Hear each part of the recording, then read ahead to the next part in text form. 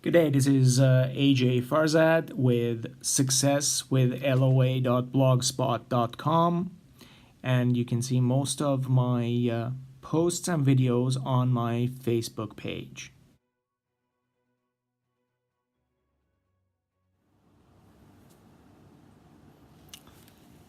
Alrighty, good day. I am in Lansing, Michigan. So, since everybody has the flu, I need to go ahead and get my immune booster on, my nice little Young Living essential oils.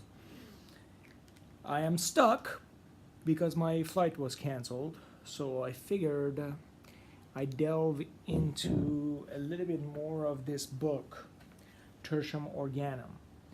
And this video blog is entitled to Fourth Dimension and Beyond and the Law of Attraction.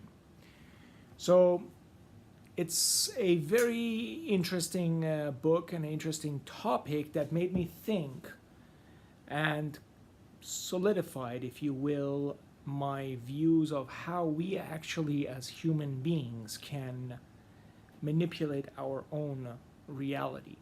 So let me just give you the 40,000 foot view of this book and its concepts. The book starts by saying that imagine that there is a being on a line, so a one-dimensional being. The reality of that being is pretty much points forward and backwards.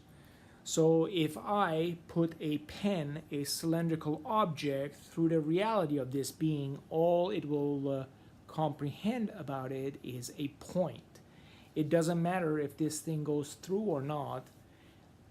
All of its knowledge and senses can only comprehend a point.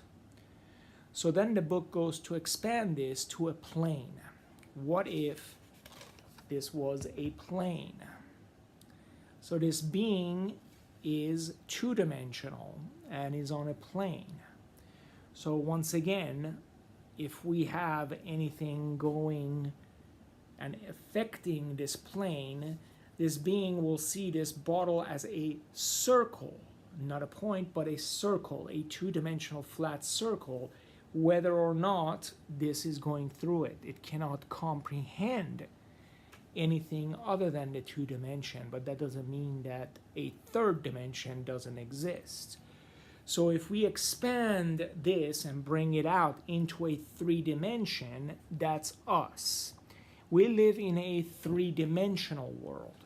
So by extrapolation, our senses can comprehend only in a three-dimensional universe. But the precept that this book brings up is, what if there are other dimensions? So if we take our three-dimensional universe and expand it from all sides, one model perhaps could be a sphere that is encompassing our three-dimensional universe. So when this sphere comes through our reality, we only maybe see the corners, the six facets of this sphere. We do not see the edges and the surroundings of it.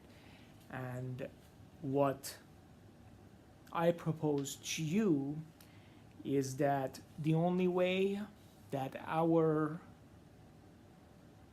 perception can expand is perhaps through visualization. What if when we visualize, we escape the three-dimensional universe that we have and we see it as a totality from a different vantage points?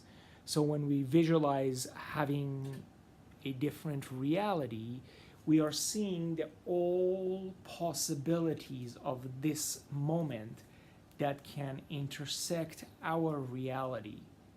And the key is, how do we bring those realities that we want to intersect our three-dimensional universe, as opposed to going by default and experiencing things that are just happening to us.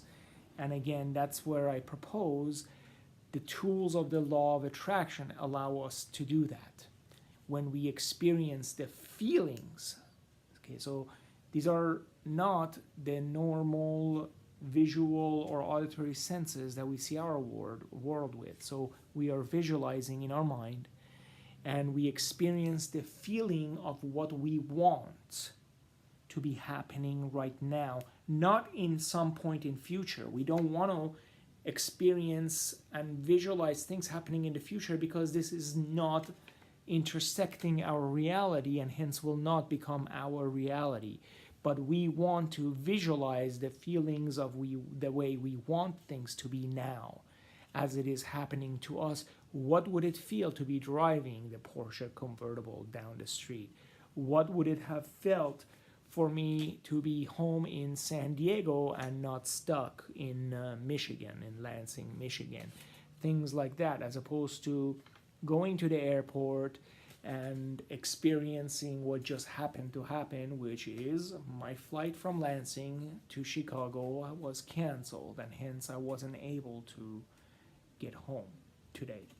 So that's what I want you to think about. It's a lot to digest. It is a lot to digest. It's just another way of bringing things into reality, because our three-dimensional world is not the end of all ends. Scientifically, we know, we can mathematically prove that there are other dimensions, but it's very difficult for us to even imagine how perception would be in something that is not three-dimensional and is vastly superior to what we have, analogous to perhaps us as human beings observing an ant colony. So they are also a three-dimensional organism, but yet their perception of us could be those of godlike, for example. What is it, this hand that comes and removes things? Just like if we are interacting with a plane organism, if I put my fingers on their world, all they see is 5 circles. They do not experience the organism grabbing the paper, and if I'm squishing it, they may attribute this to a natural disaster, where I, as a higher being, can easily dismiss this as I'm tossing a piece of paper into trash. So pretty cool. It is pretty cool. I am very much enjoying reading this book, and I'm hoping that it will bring me some more clarity on how to utilize the law of attraction. And as I get little insights, I will share them on these blogs and video blogs on my Facebook. Thank you, and as always, to your success.